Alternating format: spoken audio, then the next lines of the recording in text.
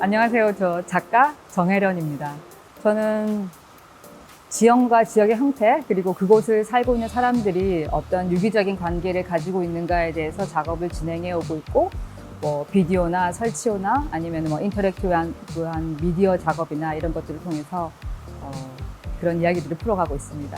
사실 인간이 살 수 있는 조각이라는 제목을 처음 들었을 때 너무나도 내가 꼭 이 전시에 참여를 해보고 싶다라고 생각이 들었던 게, 조각에 대한 어떤 잃어버렸던 기억 같은 거나 혹은 제가 처음 작업을 시작했을 때 어떤 그런 시간들, 그런 것들이 상기되면서 내가 이래서 작업을 진행하고 있구나, 아니면 앞으로 이렇게 작업을 진행하고 있구나를 좀 떠올려주게 했던 작업, 그리고 의미들, 그런 거였던 것 같아요. 사실 문신 선생님이 인간이 살 수 있는 조각을 했었을 무렵에 원래 회화를 하시다가 조각을 건너오는 그런 과정들, 그런 그 흔적들을 하나하나 바라보면서 제가 어떻게 작업을 시작했고 어떤 의미들을 찾아가고 있었는지에 대한 어떤 것들을 상기할 수 있었나, 그런 좀 뜻깊은 시간 즐거운 시간이기도 하고, 또한 지금 제 작업의 정체성을 한번 좀 제 스스로가 각인할 수 있는 그런 시간이었다고 생각합니다.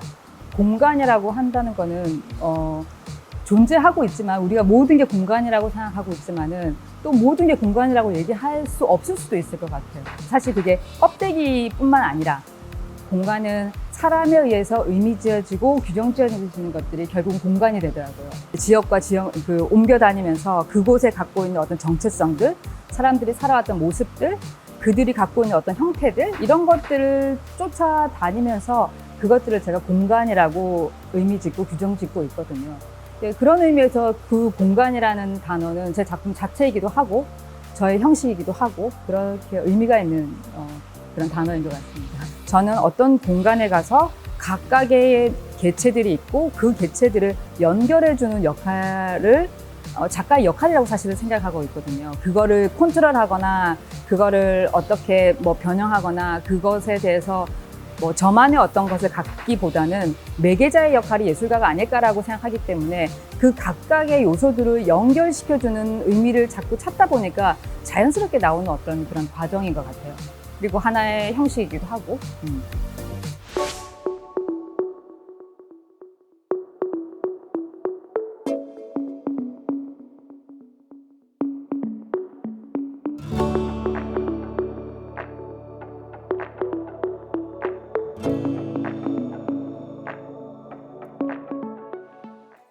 팬데믹을 겪으면서 아무래도 모든 사람들의 어떤 시선이나 관점이나 이게 지금 실제하지 않은 가상의 공간에 대한 어떤 여러 가지 담론들이 만들어지기 시작했고, 저도 시대를 살아가는 작가이기 때문에 자연스럽게 관심을 가지기 시작했어요. 그러면서 그때 어떤 게 나오냐면 얼스2라고 해가지고 무슨 게임, 부동산 게임이 나왔어요.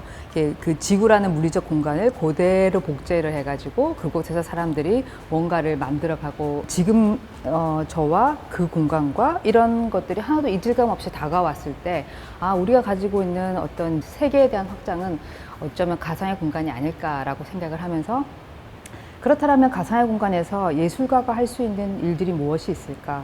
예술가들은 어떤 활동을 할 수 있으며 과연 그곳에서 이루어진 예술은 어떻게 정의 내릴 수 있을까에 대해서 고민을 하기 시작했습니다.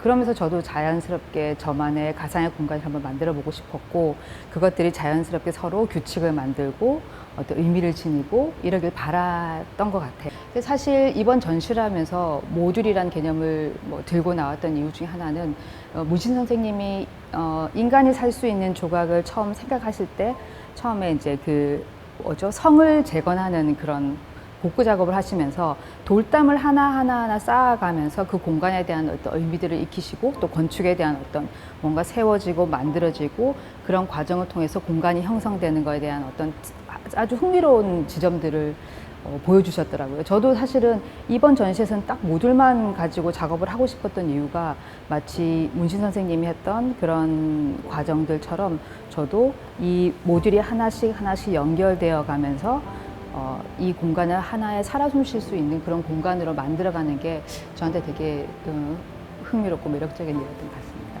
제가 모듈을 선택하는 조건은 되게 물리적인 특성이 중요하게 생각하고 있습니다. 제가 드로잉하기 편안한 재료로 처음에 나무라는 재료를 선택을 했어요. 나무라는 재료를 가지고 이제 공간을 구축을 하는 작업을 하다가 뒤에는 사실은 야외에 나가서 실제적으로 그 공간을 드로잉을 할 때는 나무란 재료가 상당히 적합하지 않은 거예요. 그래서 고민을 하다가 이렇게 그 빛이라는 재료를 쓰기 시작했죠. 빛이 갖고 있는 특성들, 야외에 나갔을 때는 빛이라는 거는 되게 그 공간을 새롭게 끊임없이 변화하는 것들을 우리가 시선으로 볼 수 있는 재료이거든요. 빛은 항상 그 상태를 유지하더라도 상대적인 것들에 의해서 늘 다른 상태를 만들어내고 있거든요. 그래서 저한테 되게 빛이라는 거는 중요한 어떤 재료가 됐고, 그 빛을 담기 위해서 지금 보시는 그 폴리카보네이트라는 플라스틱 재료를 사용하게 시작했어요. 이렇게 망점을 없애고 야외에서도 용이하게 드로잉을 할 수 있고, 그런 여러 가지 이유로 이제 그 플라스틱 재료를 또 쓰기 시작했죠.